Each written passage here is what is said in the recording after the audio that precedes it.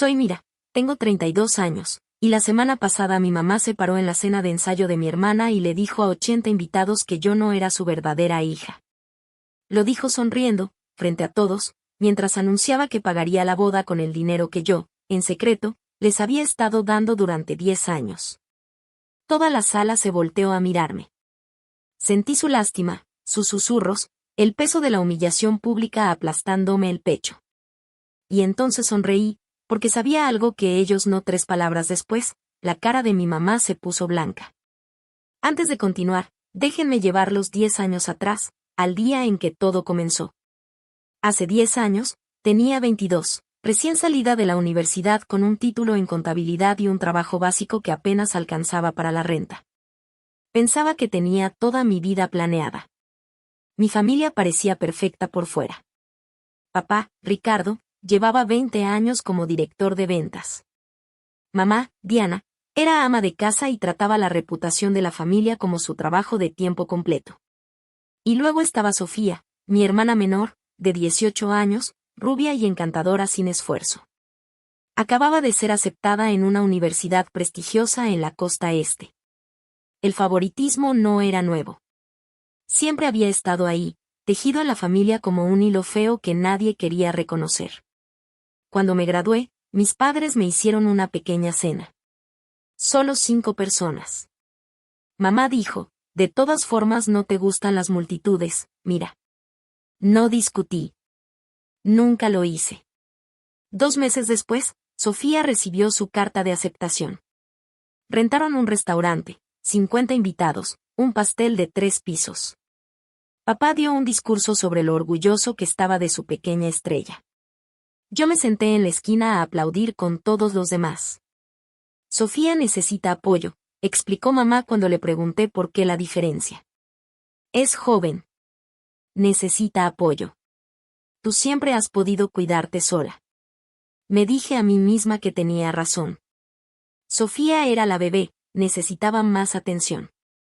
Yo era la hermana mayor, estable, confiable, invisible. Ese era mi papel. No tenía idea de que, en unas semanas, mi papá me llamaría con noticias que lo cambiarían todo. Noticias que me transformarían de la hija invisible en algo completamente distinto, algo que pasaría en la siguiente década pretendiendo que no existía. La segunda señal llegó una semana antes de esa llamada. Estaba en casa para la comida del domingo cuando escuché a mamá y papá en la cocina. Planeaban comprarle un coche a Sofía. No cualquier coche, un Honda Civic nuevo para que lo manejara en la universidad. No puede andar en camión, dijo mamá. ¿Qué dirá la gente? Pensé en mi propio trayecto. 2 horas cada viaje en transporte público, camiones llenos, caminatas nocturnas desde la estación hasta mi departamento. Nunca a nadie le había importado lo que pensara la gente sobre eso. No dije nada. Nunca lo hacía. Trágalo, Mira. Mantén la paz. Ese jueves en la noche, mi teléfono sonó a las 11 de la noche, número de papá. Su voz sonaba diferente, más pequeña, casi temblorosa. Mira, necesito hablar contigo. Pero no se lo digas a nadie, especialmente a Sofía. Mi papá era un hombre orgulloso. En 30 años, nunca lo había oído sonar así. Papá, ¿qué pasa? Un largo silencio. Perdí mi trabajo, Mira, hace 3 semanas, y nuestro fondo de retiro. Casi se acabó. Malas inversiones, pensé que podría arreglarlo. Su voz se quebró. Mi papá, el hombre que nunca mostraba debilidad, que nos daba sermones sobre responsabilidad financiera, que menospreciaba a cualquiera que no pudiera manejar sus asuntos, estaba llamando a su hija invisible a medianoche. Suplicando ayuda. ¿Qué necesitas?, pregunté. Solo no le digas nada a tu mamá. Ya está muy estresada y Sofía tiene que concentrarse en la escuela. Incluso entonces, incluso en crisis, yo era la que podía encargar sin culpa. Lo que dijo después cambiaría nuestra relación para siempre, aunque yo aún no sabía si nos rompería o nos uniría. Papá me explicó todo durante la siguiente hora. Lo habían despedido sin aviso. Reestructuración corporativa, le decían. A sus 55 años, nadie lo estaba contratando. Había enviado decenas de solicitudes, nada. El fondo de retiro estaba peor. Hace años, había movido la mayor parte a lo que un amigo llamaba una inversión segura. La inversión segura colapsó. Lo que debía ser su red de seguridad se había reducido casi a nada. Vamos 3 meses atrasados con la hipoteca, admitió. Si fallamos otro pago, podríamos perder la casa. Al día siguiente, mamá llamó. Su voz estaba cargada de lágrimas. Mira, tu papá me dijo que habló contigo. Sé que no deberíamos pedirlo, pero eres la única que puede ayudarnos. Sofía sigue en la escuela. No puede trabajar, y no podemos contarle a nadie esto. ¿Me entiendes, verdad? Entendí. Siempre entendí. ¿Qué necesitas que haga? Solo un poco de ayuda cada mes hasta que tu papá encuentre algo. Claro que te lo devolveremos. Pero, mira, su voz bajó, nadie puede saberlo. Ni Sofía, ni tus tías, ni nadie. No podemos dejar que la gente piense que esta familia tiene problemas.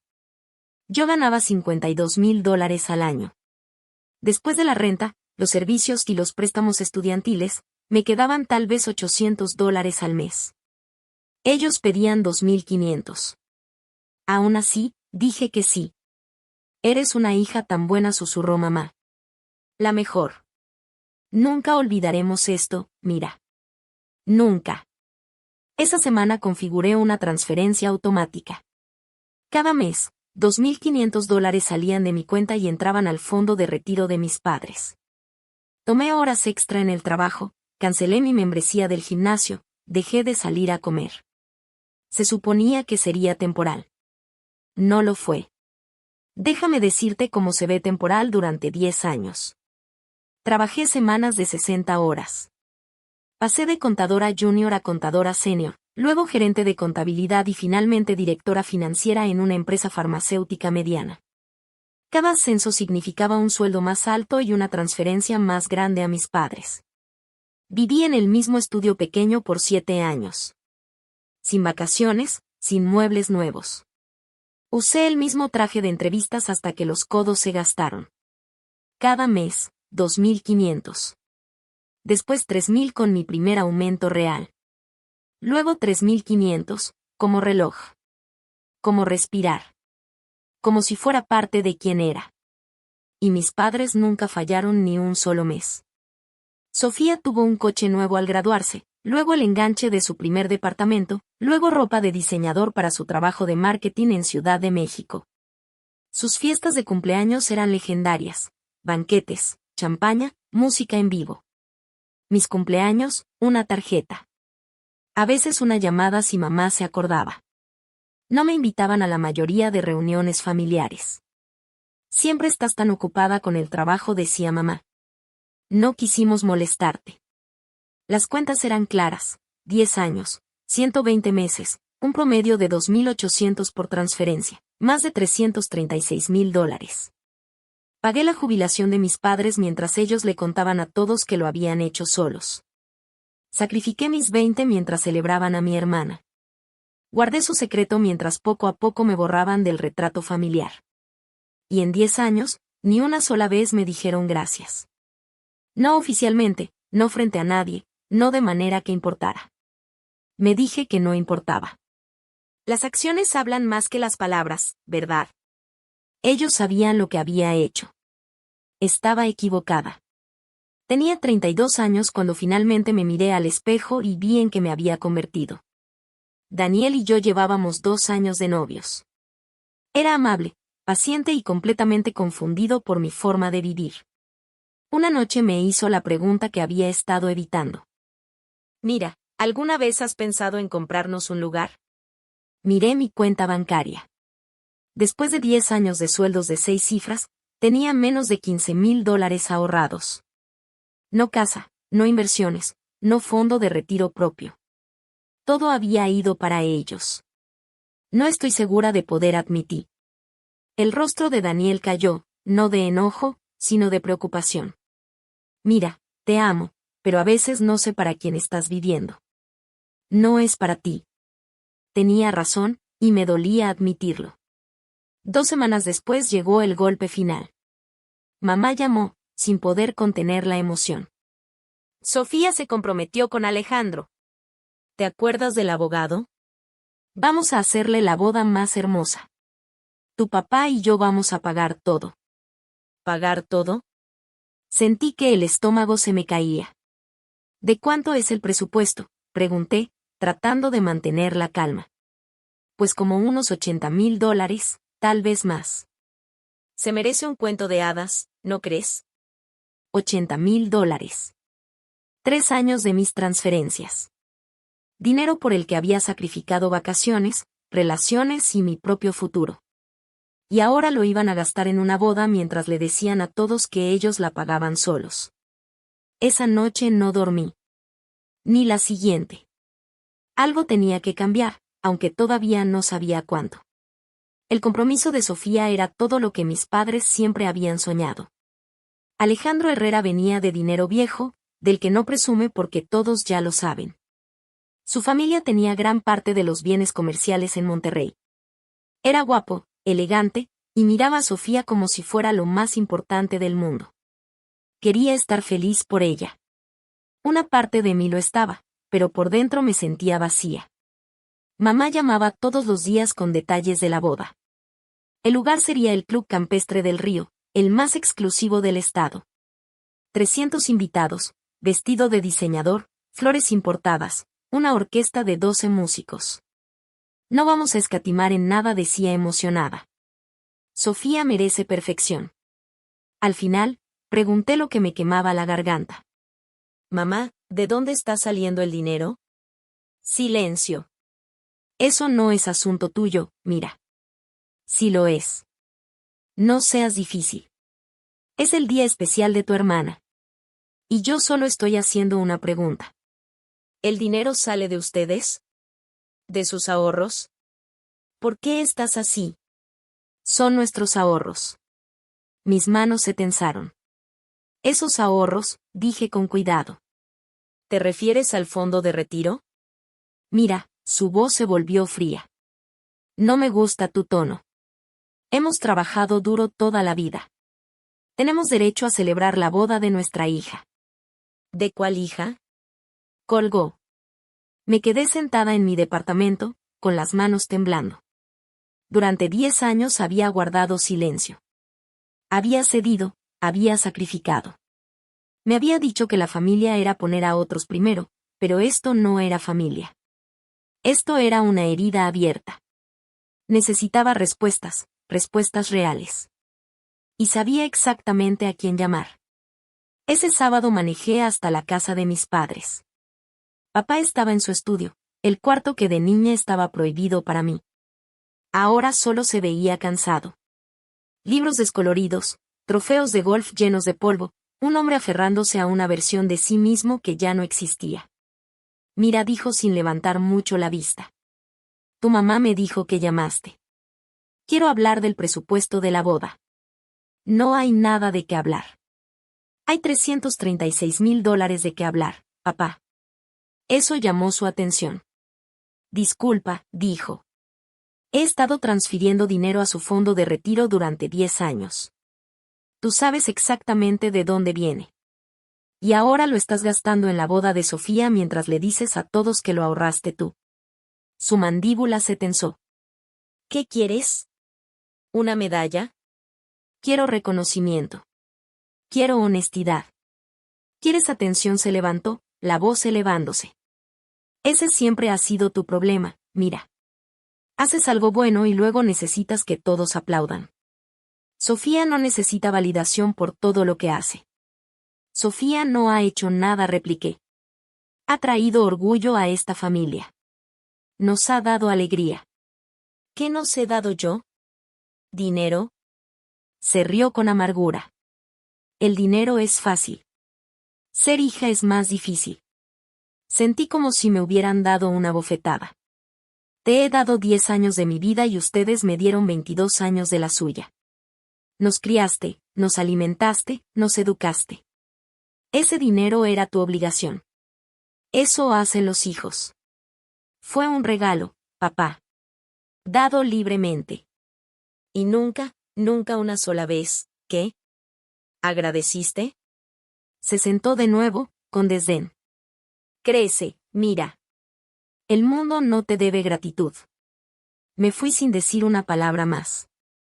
Pero ya había tomado mi decisión. A la mañana siguiente llamé a Marcos Rivera. Marcos había sido el asesor financiero de mi familia por 15 años, distinguido, profesional, discreto. Era la única persona fuera de la familia que sabía la verdad sobre esas transferencias mensuales. Mira, dijo con voz cálida pero cautelosa. Me preguntaba cuándo llamarías. ¿Sabes por qué te llamo? Pausa. Puedo adivinar. Necesito saber el estado actual del fondo de retiro de mis padres y si han hecho retiros grandes recientemente. Marcos guardó silencio un momento largo. Técnicamente, no debería revelar esto sin su permiso. Marcos, he sido la principal contribuyente de ese fondo por una década. Creo que merezco algo de transparencia. Suspiró. Tienes razón. Y honestamente, mira, esta situación me ha incomodado por años. Sacó los registros. El saldo actual es aproximadamente $280,000, casi en su totalidad de tus contribuciones en los últimos 10 años. Se me tensó el estómago. ¿Y los retiros? Otra pausa. $60,000 hace 3 semanas para la boda. No puedo confirmarlo oficialmente, pero sí. Cerré los ojos. Marcos, ¿cuáles son mis opciones legales aquí? Bueno, las transferencias se clasificaron como regalos. No puedes reclamarlas. Vaciló. Pero puedes dejar de contribuir en cualquier momento. No hay contrato, ni obligación, solo una transferencia automática que tú controlas. ¿Podrías verificar mis contribuciones si alguien preguntara? Tengo registros completos, fechas, montos, todo. Pero mira, ¿por qué? Porque quizá necesite un testigo. Silencio. Mira, debes saber algo. Tus padres me invitaron a la cena de ensayo como amigo de la familia. Las piezas encajaron. Gracias, Marcos. Nos vemos allí. El teléfono sonó 3 días antes de la cena de ensayo. Mira, habla tía Patricia. Tía Patricia era la hermana mayor de mamá. La única persona en la familia que nunca creyó del todo la versión oficial. A sus 70 años tenía la sabiduría tranquila que viene de ver décadas de drama familiar. Me enteré de la boda, dijo. Tu mamá no para de hablar de ella, el lugar, las flores, el vestido, cómo van a pagar todo. Guardé silencio. Entonces tía Patricia habló con suavidad y me dijo, mira, cariño, ¿puedo preguntarte algo? Le dije que sí. Me preguntó de dónde salía en realidad ese dinero. Sentí que la garganta se me cerraba y le pregunté por qué lo decía. Me explicó que conocía bien a mis padres, que sabía que habían perdido casi todo en ese esquema de inversiones, que sabía que mi papá no había trabajado en años, y luego su voz se volvió más cálida.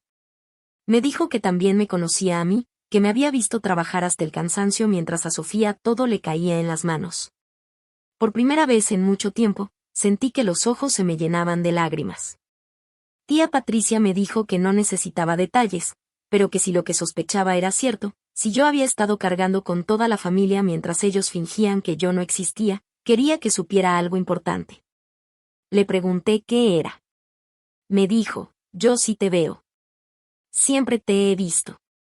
Y pase lo que pase en esa cena, voy a estar de tu lado. Respiré hondo y le pregunté cómo lo había sabido. Me respondió que porque ella también era la hermana mayor, que sabía lo que era dar y dar hasta quedarse sin nada, y que sabía lo que se sentía cuando nadie lo notaba. Hablamos durante otra hora. Cuando colgué, tenía algo que no había tenido en años, una aliada. Esa noche me senté frente a la computadora y abrí una carpeta que no tocaba desde hacía mucho tiempo.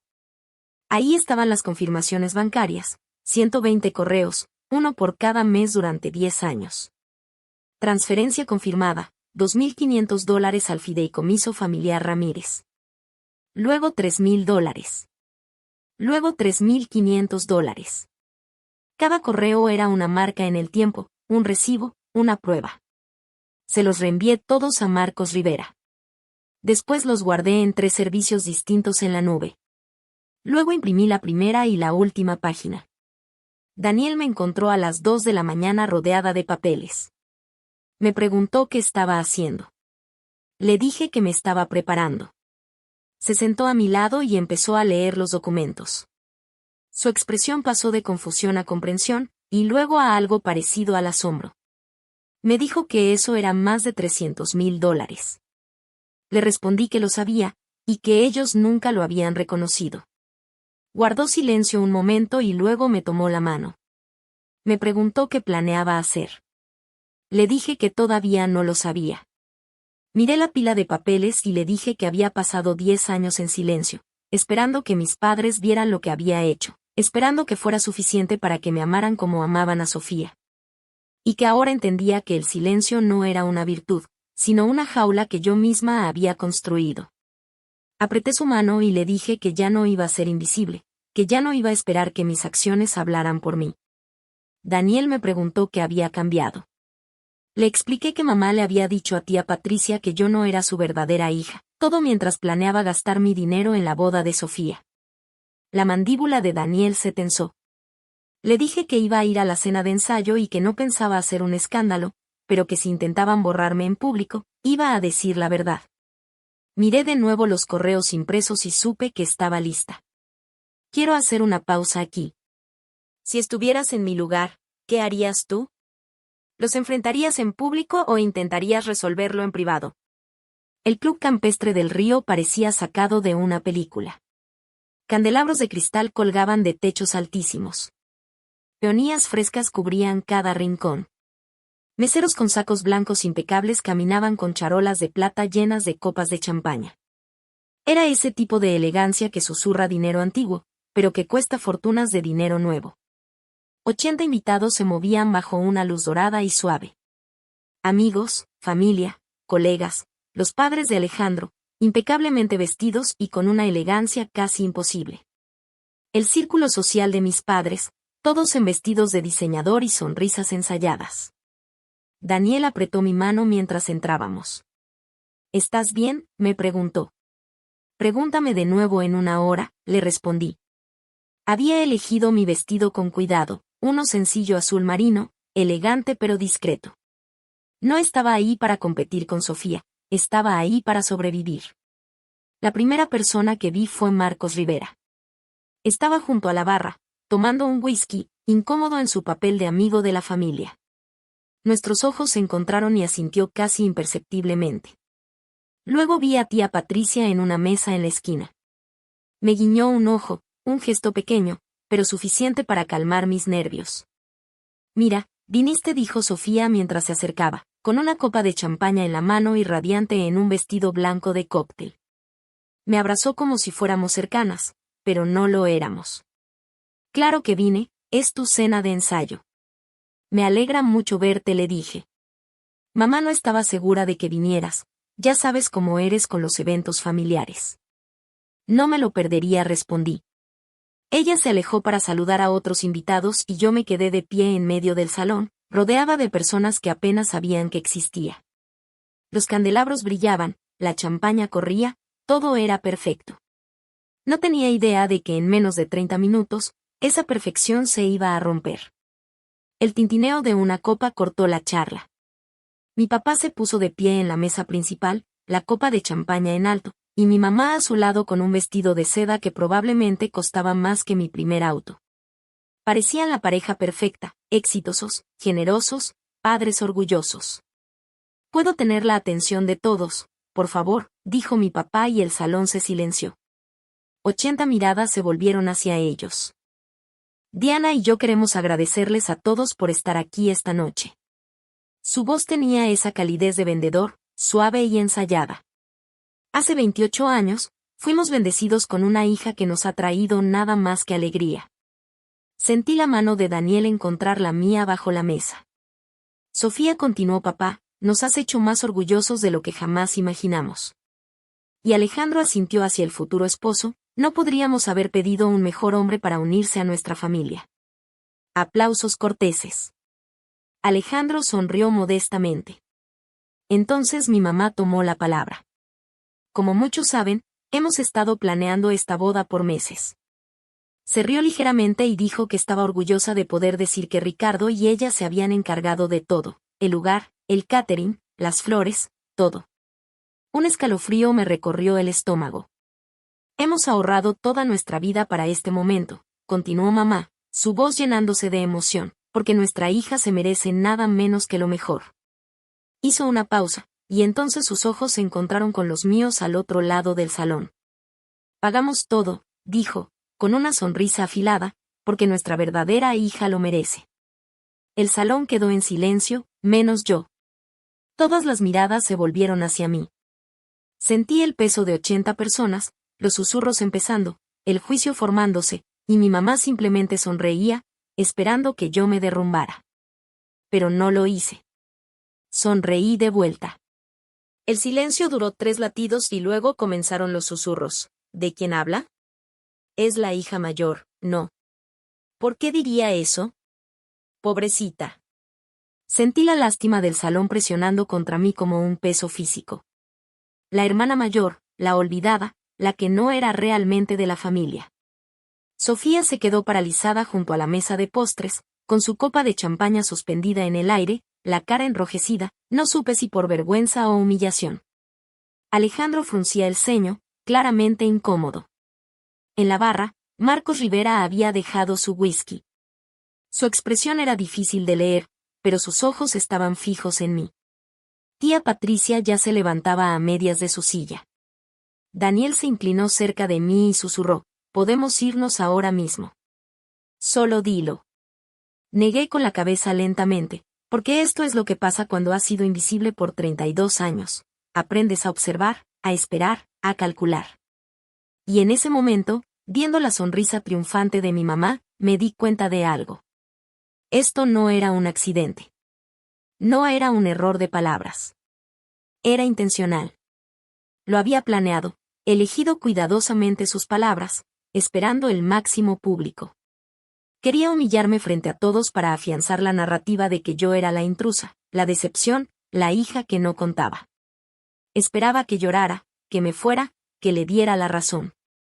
Pensé en 10 años de silencio, $336,000 en transferencias, cada cumpleaños ignorado, cada sacrificio desestimado, y algo dentro de mí cambió. No era rabia, era algo más quieto, más claro, claridad. Tomé mi copa de champaña y me puse de pie. Los susurros se detuvieron. La sonrisa de mi mamá titubeó. En realidad dije, con la voz firme, me gustaría agregar algo a ese brindis. Ahora todas las miradas estaban sobre mí. Sentí mi corazón en la garganta, pero mis manos permanecieron firmes. 10 años de tragarme mis palabras me habían enseñado algo. Cuando finalmente hablas, haz que cuente. Gracias, mamá, por ese brindis tan memorable, continué, con la voz controlada y agradable. Especialmente por llamarme no tu verdadera hija frente a 80 personas. Fue un toque especial. Una risa nerviosa recorrió el salón. La sonrisa de mi mamá estaba congelada.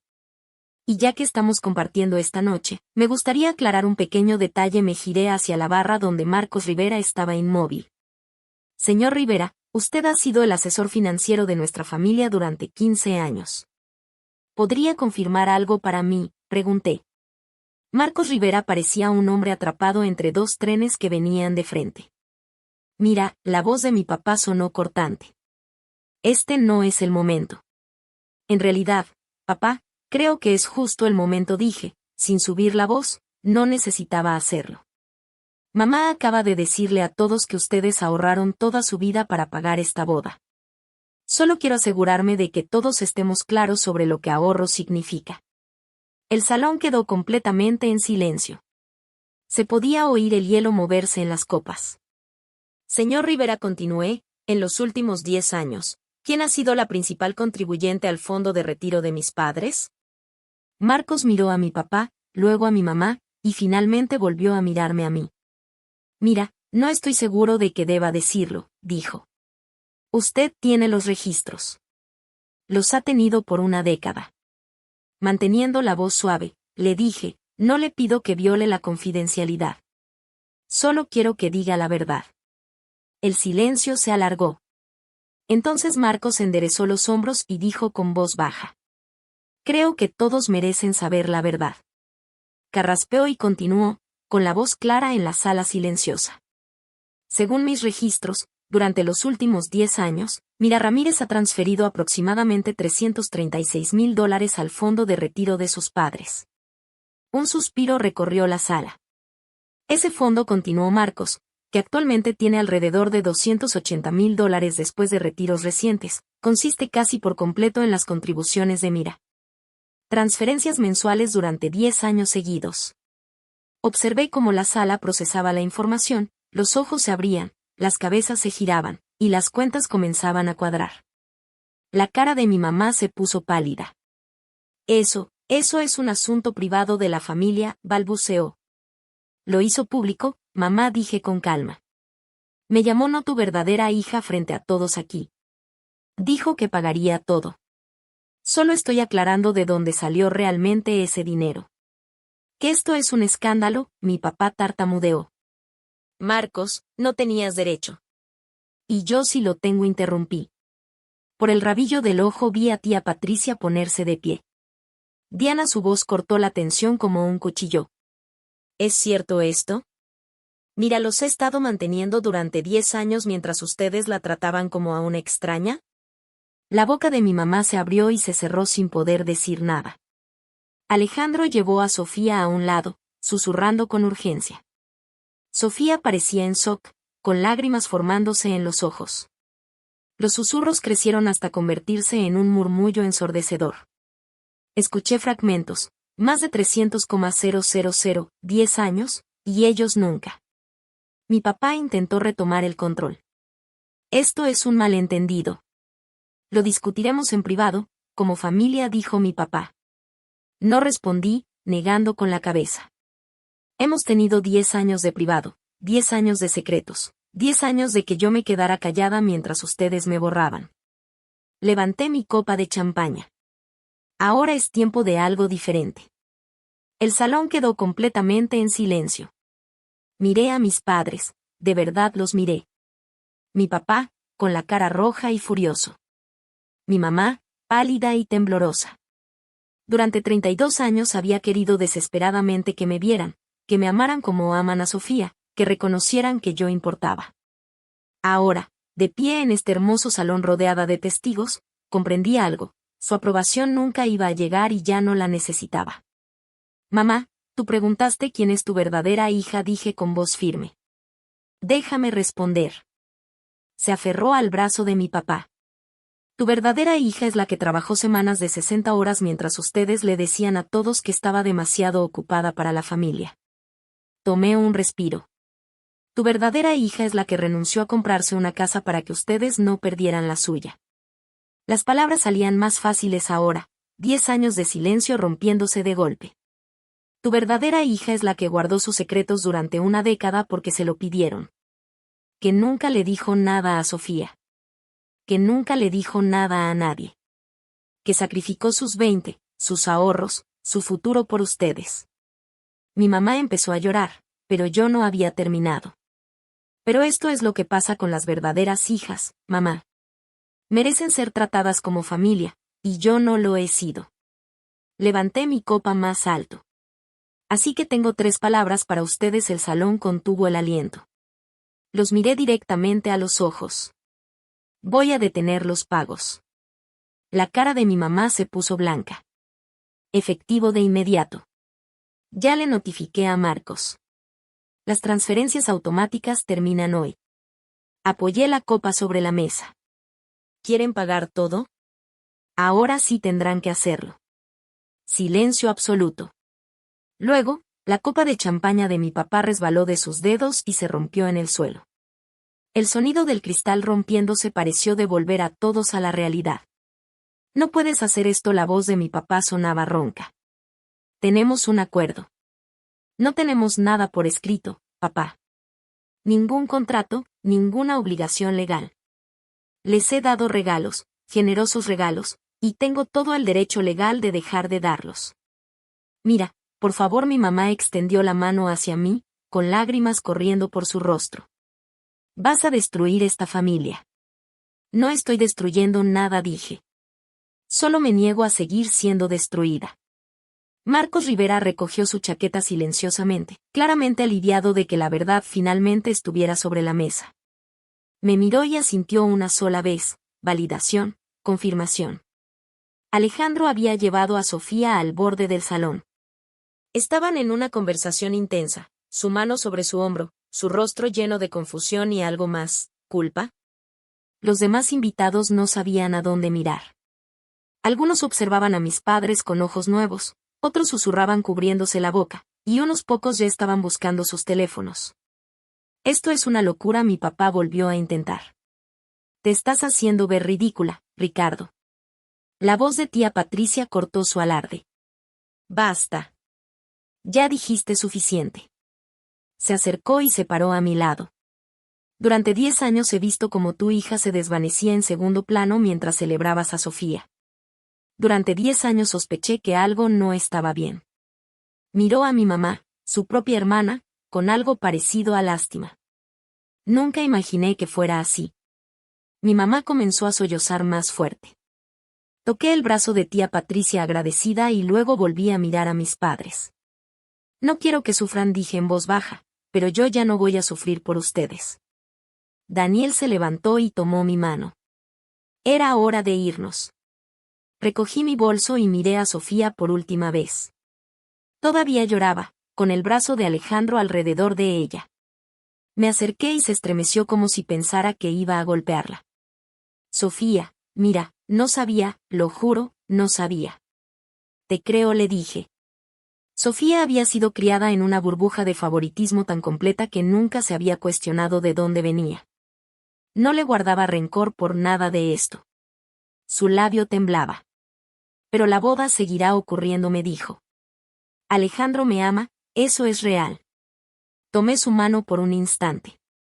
Sí, pero no será con mi dinero. Y espero que algún día entiendas por qué eso importa. Me giré para irme. Daniel me esperaba junto a la puerta, con su chaqueta sobre el brazo. Mira la voz de mi mamá, aguda y desesperada. Estás alejándote de esta familia. Me detuve en el umbral. No, mamá. Estoy caminando hacia una familia que realmente existe. Miré a Daniel, a tía Patricia, que estaba recogiendo sus cosas para irse con nosotros. Una familia que me vea, que me valore, que no necesite que compre mi lugar.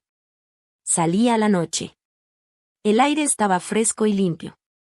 Detrás de mí, escuché la voz de mi papá elevándose, los sollozos de mi mamá, el caos de una fiesta que se había convertido en otra cosa. Daniel me rodeó con su brazo. Hiciste lo correcto. Lo sé, dije, pero mi voz se quebró. Entonces, ¿por qué duele tanto? Tía Patricia nos alcanzó en el estacionamiento y me abrazó, cálido, firme y totalmente inesperado. Porque el amor no se detiene solo porque pongas un límite, susurró.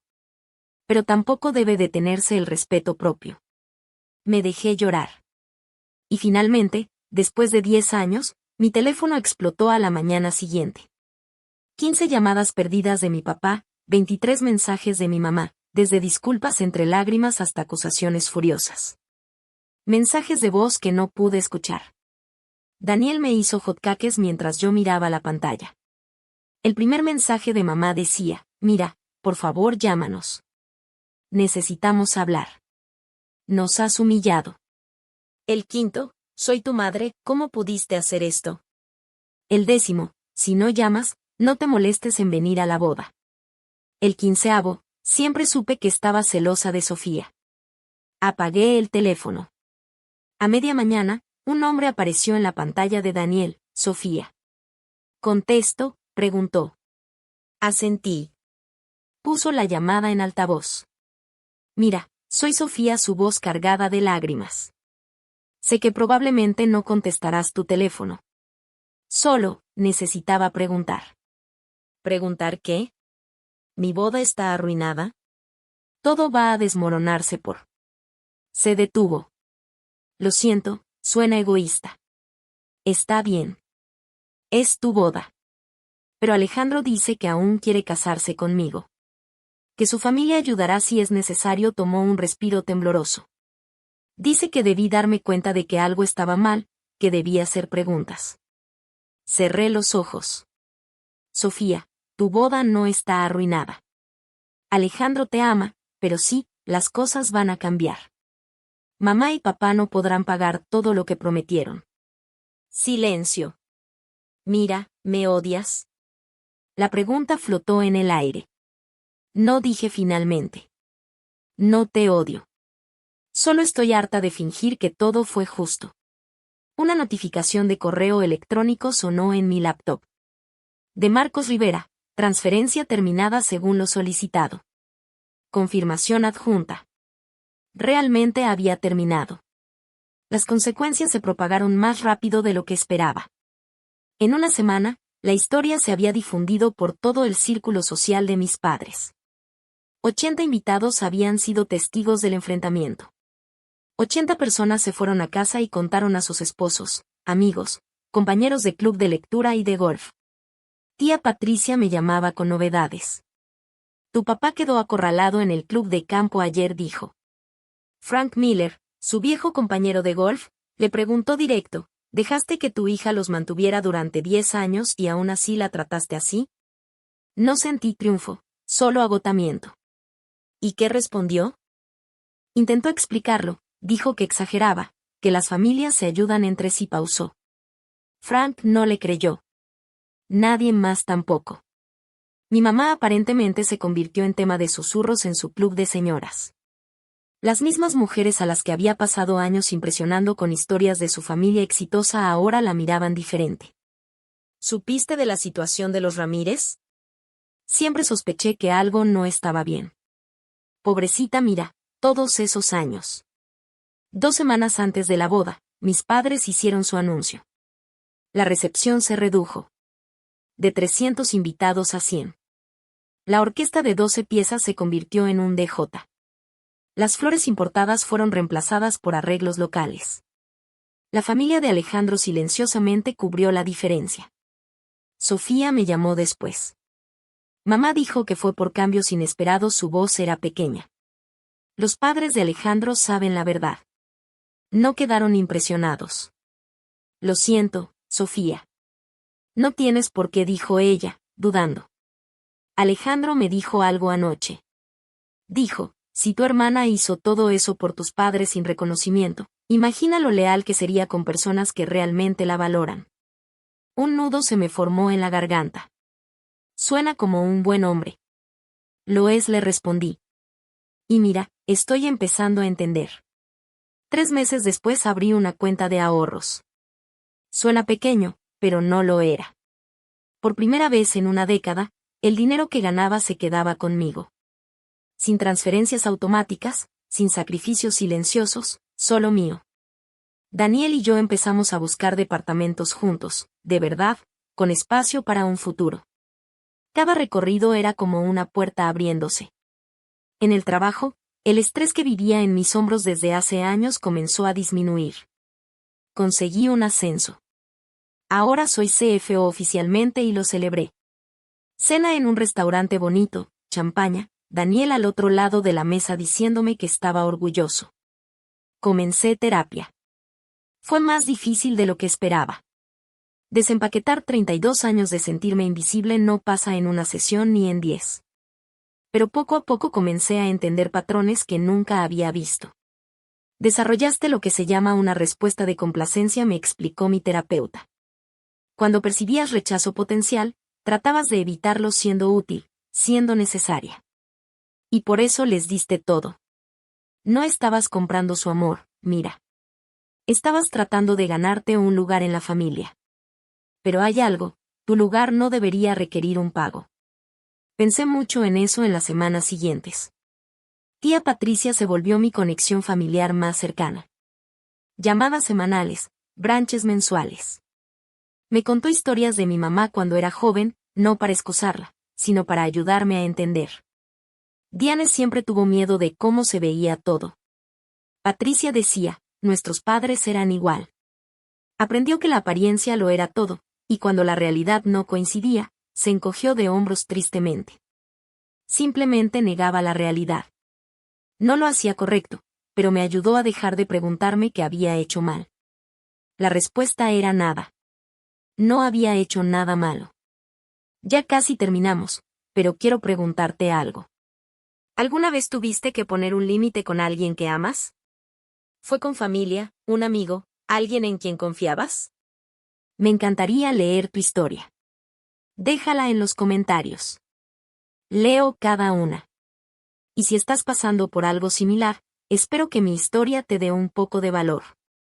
Terminemos esto juntas. La boda de Sofía fue más pequeña de lo planeado, pero hermosa. Fui, no por mis padres apenas les hablé, sino por Sofía. Porque era mi hermana y porque finalmente empezaba a verme. La ceremonia fue en un jardín detrás de la finca de la familia de Alejandro, sillas blancas sobre césped verde.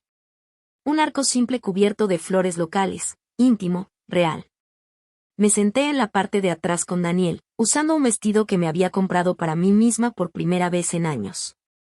Tía Patricia estaba 2 filas adelante, enviándome sonrisas de ánimo. Cuando Sofía caminó por el pasillo, se veía radiante, y cuando sus ojos se encontraron con los míos, se detuvo un segundo y me dijo con los labios 2 palabras: gracias. Asentí. En la recepción, mis padres mantuvieron su distancia. Intercambiamos palabras corteses, nada más. Mi mamá se veía más vieja que hace 3 meses. Mi papá parecía disminuido de alguna manera, más pequeño en su traje caro. Antes de irme, mi madre se acercó.